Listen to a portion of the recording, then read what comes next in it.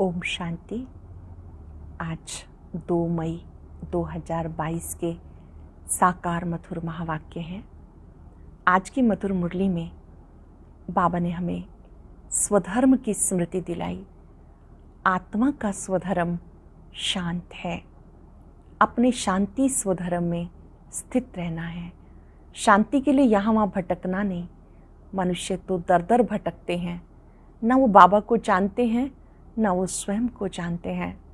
आप बच्चे अपने आत्मिक स्वरूप में टिक कर शांति सागर को याद करते हो। जो आत्मा स्वधर्म में टिकती है वही आत्मा सुख चैन का अनुभव करती है। बहुत ही सुंदर बात बाबा ने याद दिलाई। समय बहुत कम है, समय को बर्बाद नहीं करना। बहुत गई थोड़ी रही, थोड़ी भी अब जाए। शिव कहे हे आत्मा क्यों समय व्यर्थ गवाए। अपने समय को बर्बाद नहीं करना बल्कि सफल करना है। बाबा को ही सोमनाथ कहते हैं, पतित पावन कहते हैं, बबुलनाथ कहते हैं।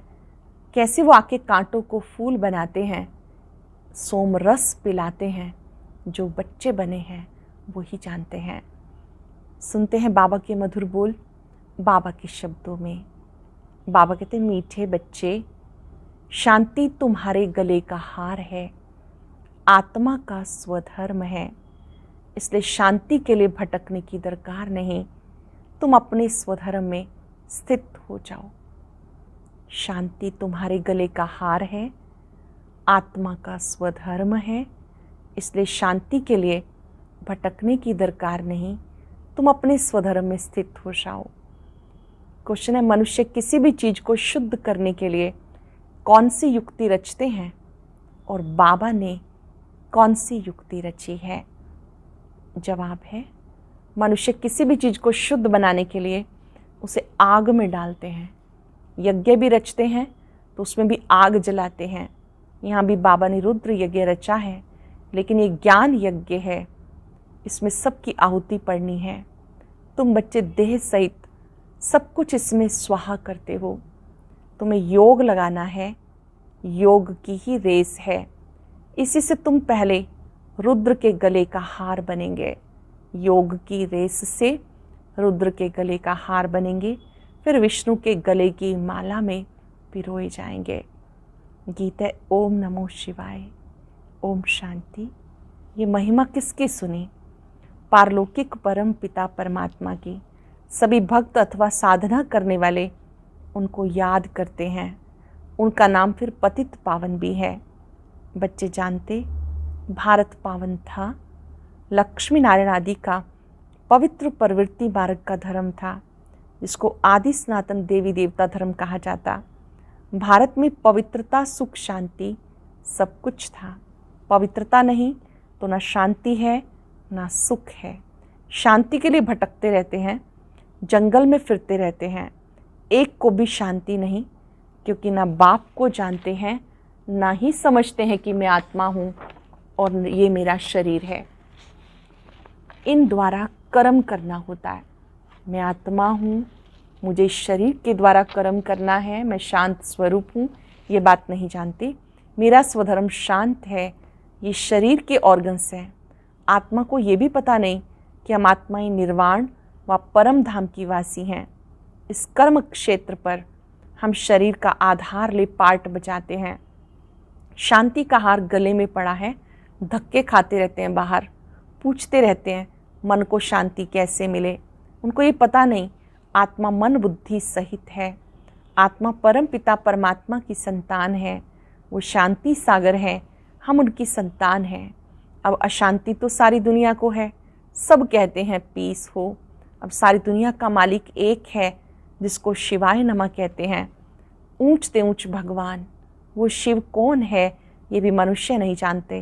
पूजा भी करते हैं, कई तो फिर अपने को शिवोहम कह देते। अरे शिव एक ही बाप है ना। मनुष्य अपने को शिव कहलाए ये तो बड़ा पाप हो गया। शिव को ही पतित पावन कहते हैं। ब्रह्मा विष्णु शंकर को अथवा कोई मनुष्य को पतित पावन नहीं कह सकते। पतित पावन सदगति दाता एक है। मनुष्य मनुष्य को पावन बना न सके, क्योंकि सारी दुनिया का प्रश्न है बाबा समझाते, जब सतयुग था तो भारत पावन था, अब पतित है। तो जो सारी सृष्टि को पावन बनाने वाला है उसको याद करना चाहिए। बाकी ये है पतित दुनिया, ये जो कहते हैं महान आत्मा, ये कोई है नहीं, पारलौकिक बाप को ही नहीं जानते।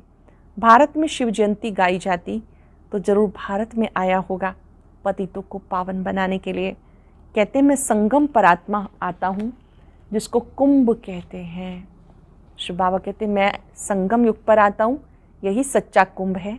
वो पानी के सागर और नदियों का कुंभ नहीं, कुंभ इनको कहा जाता जब ज्ञान सागर पतित पावन आकर सभी को पावन बनाते हैं। ये भी जानते हो, भारत जब स्वर्ग था तो एक ही धर्म था।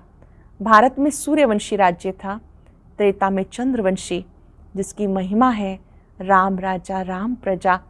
त्रेता की इतनी महिमा है तो सतयुग की तो उससे भी जास्ती होगी। भारत ही स्वर्ग था, पवित्र जीवात्माएं थी, बाकी सब धर्म की आत्माएं निर्वाण धाम में थी। आत्मा क्या है, परमात्मा क्या है, ये कोई मनुष्य मात्र नहीं जानते। आत्मा इतनी छोटी बिंदी है और उसमें 84 जन्मों का पार्ट भरा हुआ है। 84 लाख जन्म तो हो ना सके, 84 लाख जन्मों में कल्प कल्पांतर फिरते रहें, ये तो हो नहीं सकता। है ही 84 जन्मों का चक्र, सो भी सबका नहीं। जो पहले थे वो अब पीछे पड़ गए, फिर वो पहले आएंगे। पीछे आने वाली आत्माएं सब निर्वाण धाम में रहती हैं। अधिकतर आत्माएं कुछ सतयुग में आएंगी, कुछ त्रेता में। जो आत्माएं कलयुग में आती हैं तो वो अधिक समय ऊपर रहती हैं। ये बातें बाप समझाते, उन्हें वर्ल्ड आलमाइटी अथॉरिटी कहते हैं। बाबा कहते मैं आकर ब्रह्मा द्वारा सब वेदों शास्त्रों गीता आदि का सार समझाता हूँ। ये सब भक्ति मार्ग के कर्म कांड के शास्त्र बनाए हुए हैं। मैंने आके कैसे यज्ञ रचा, ये बातें शास्त्रों में है नहीं। शिव बाबा ने कैसे आकर यज्ञ रचा, ये बातें शास्त्रों में नहीं है। इसका नाम है राजस्व अश्वमेध रुद्र ज्ञान यज्ञ। रुद्र है शिव, इसमें सबको स्वा होना है। बाबा कहते देह सहित जो भी मित्र संबंधी हैं सबको भूल जाओ, एक बाप को याद करो। मैं सन्यासी उदासी हूँ, क्रिश्चियन हूँ, सब देह के धर्म हैं, इनको छोड़ माँ मेकम याद करो। निराकार आएंगे तो जरूर शरीर में आएंगे ना। कहते मुझे प्रकृति का आधार लेना पड़ता है, मैं आकर इस तन द्वारा नई दुनिया स्थापन करता हूँ। ब्रह्मा तन के द्वारा नई दुनिया स्वर्ग स्थापन करता हूँ। पुरानी दुनिया का विनाश सामने खड़ा है, गाया भी जाता प्रजापिता ब्रह्मा द्वारा स्थापना। सूक्ष्म वतन है ही फरिश्तों की दुनिया, वहाँ हड्डी मांस नहीं होता, वहाँ सूक्ष्म शरीर होता है। सफ़ेद सफ़ेद जैसे गोश्त होते हैं ना। आत्मा जिसको शरीर नहीं मिलता वो भटकती है। छाया रूपी शरीर दिखाई देता है, उसको पकड़ नहीं सकते। अब बाबा कहते बच्चे याद करो, याद से तुम्हारे विक्रम विनाश होंगे। गाया जाता बहुत गई थोड़ी रही, थोड़ी भी अब जाए। अब बाकी थोड़ा समय है, जितना हो सके बाप को याद करो, अंत मते सोगति हो जाएगी। अंडरलाइन करेंगे, बाबा को याद करेंगे तो अंत मते सोगति हो जाएगी। गीता में कोई एक दो अक्षर राइट लिखे हैं, जैसे आटे में नमक, कोई कोई अक्षर सही है। पहले तो भगवान निराकार है ये मालूम होना चाहिए। वो निराकार भगवान फिर वाच कैसे करते हैं, बोलते कैसे हैं। कहते साधारण ब्रह्मा तन में प्रवेश कर राजयोग सिखाता हूँ। बच्चे मुझे याद करो, मैं आता हूँ एक धर्म की स्थापना कर, बाकी सब अधर्मों का विनाश कराने। अब तो अनेक धर्म हैं। आज से 5000 वर्ष पहले सतयुग में एक ही आदि सनातन देवी देवता धर्म था। सब आत्माएं अपना अपना हिसाब किताब चुकतू करके जाती हैं, उसको कयामत का समय कहा जाता। सबके दुखों का हिसाब किताब चुकतू होता। दुख मिलता है पापों के कारण, पाप का हिसाब किताब चुकतू होने के बाद फिर पुण्य का शुरू हो जाता है। हर एक चीज़ शुद्ध बनाने के लिए आग जलाई जाती है। यज्ञ रचते हैं, उसमें भी आग जलाते हैं। ये तो मटेरियल यज्ञ नहीं है, ये रुद्र ज्ञान यज्ञ है। ये कोई ऐसा सामग्री डालने वाला इस तरह से मटेरियल यज्ञ नहीं, लेकिन ये रुद्र ज्ञान यज्ञ है। ऐसे नहीं कहते कृष्ण ज्ञान यज्ञ। कृष्ण ने कोई यज्ञ नहीं रचा, कृष्ण तो प्रिंस था, यज्ञ रचा जाता आफतों के समय। इस समय सब तरफ आफतें हैं। बहुत मनुष्य रुद्र यज्ञ भी रचते, रुद्र ज्ञान यज्ञ नहीं रचते। रुद्र यज्ञ रचते हैं, रुद्र ज्ञान यज्ञ नहीं रचते। वह तो रुद्र परम पिता परमात्मा आकर रचते हैं। कहते हैं ये जो रुद्र ज्ञान यज्ञ है सबकी आहुति हो जाएगी। बाबा आया है, यज्ञ रचा हुआ है। जब तक राजाई स्थापन हो जाए सब पावन बन जाएं। फट से सब पावन नहीं बनते, योग लगाते रहो अंत तक।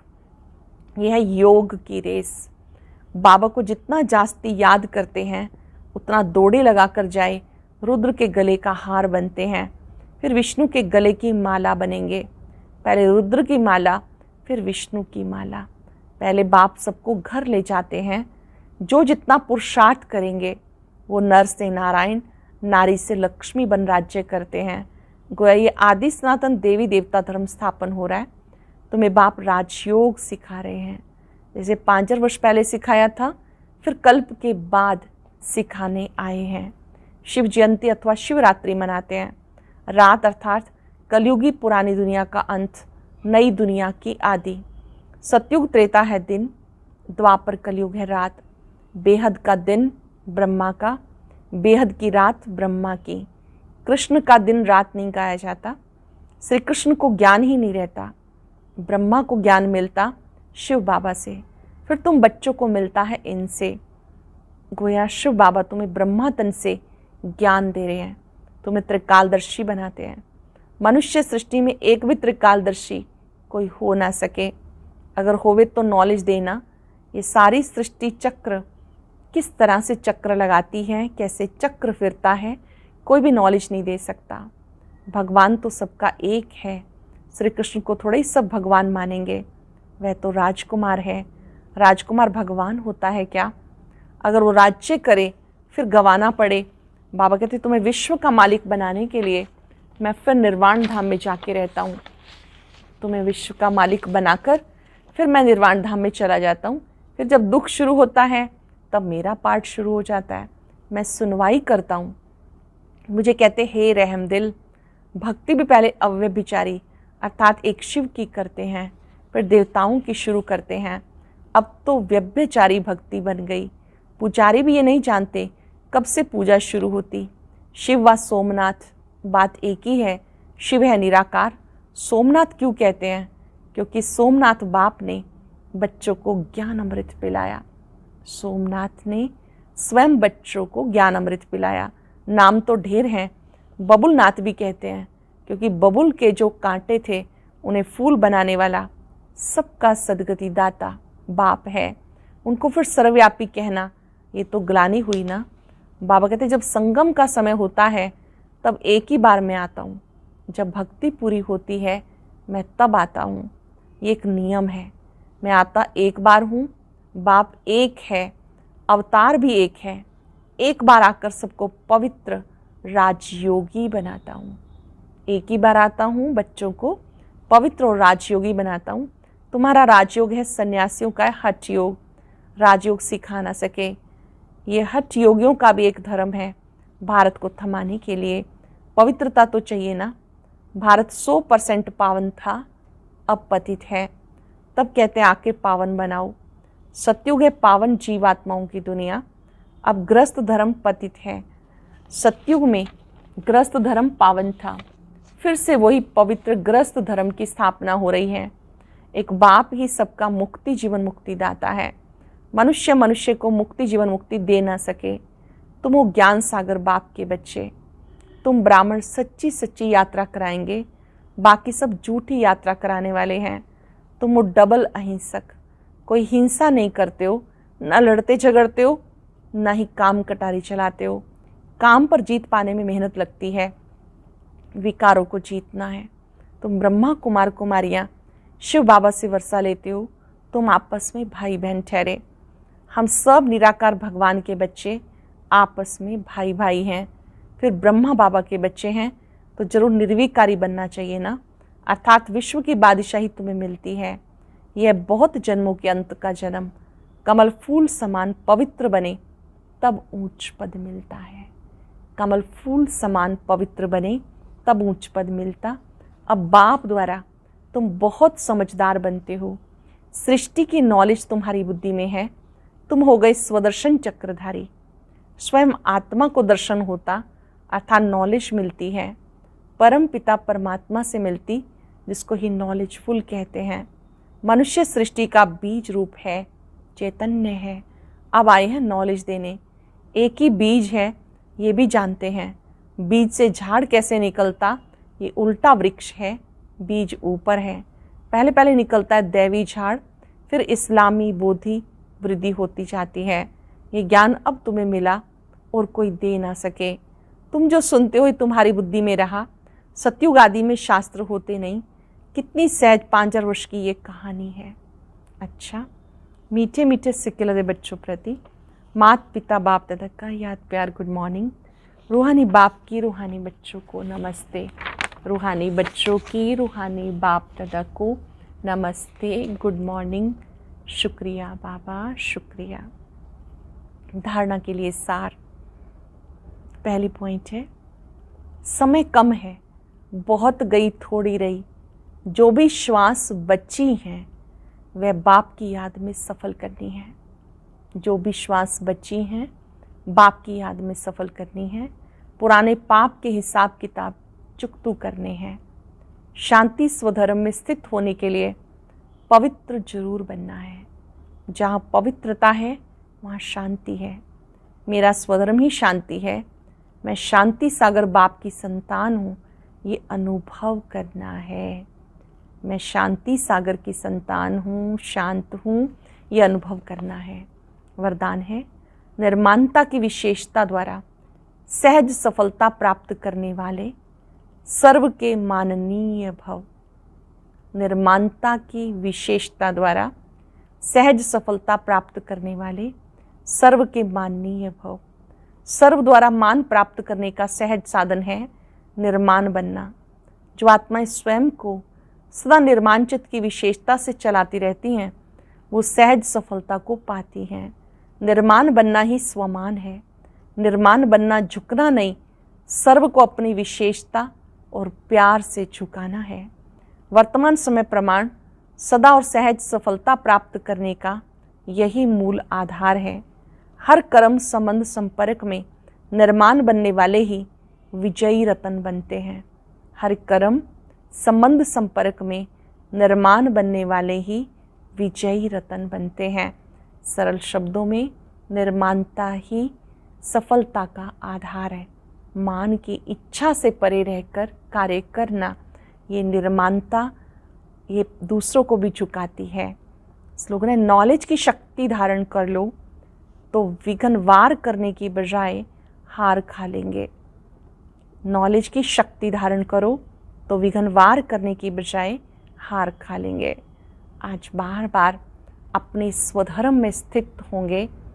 मैं शांत आत्मा, शांति सागर की संतान हूँ। हर घंटे में 1 मिनट इस अनुभूति में स्थित हो जाएंगे। और अब सुनते हैं आज का अव्यक्त ज्ञान मोती। ये एक बहुत संस्कारितापूर्ण वीडियो है, जरूर देखें, कोई भी मिस ना करे।